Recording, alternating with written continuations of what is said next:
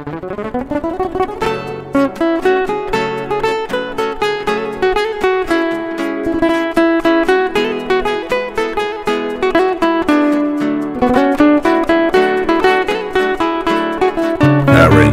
and vocal by ایمان غلامی.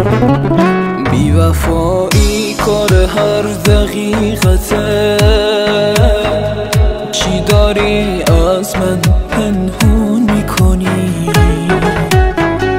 من که میدونم منو دوست نداری، چرا دوست داری با هم بازی کنی؟ چرا دوست داری با هم بازی کنی؟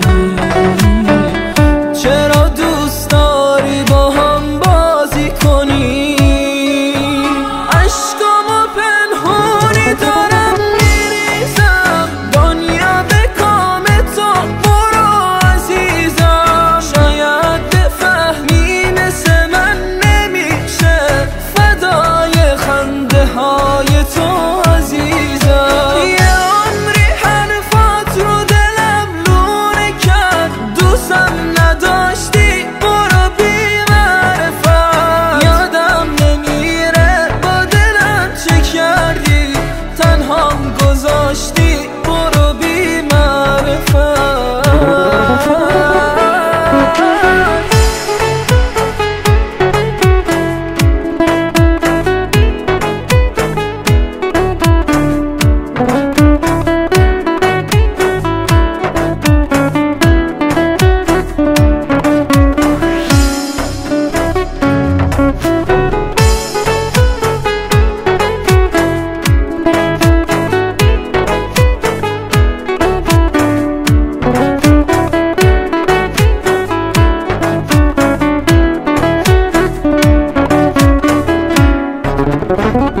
بی وفایی کار هر دقیقته،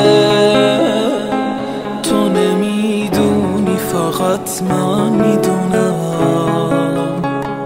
تو به هم میخندی و من میشینم پای صد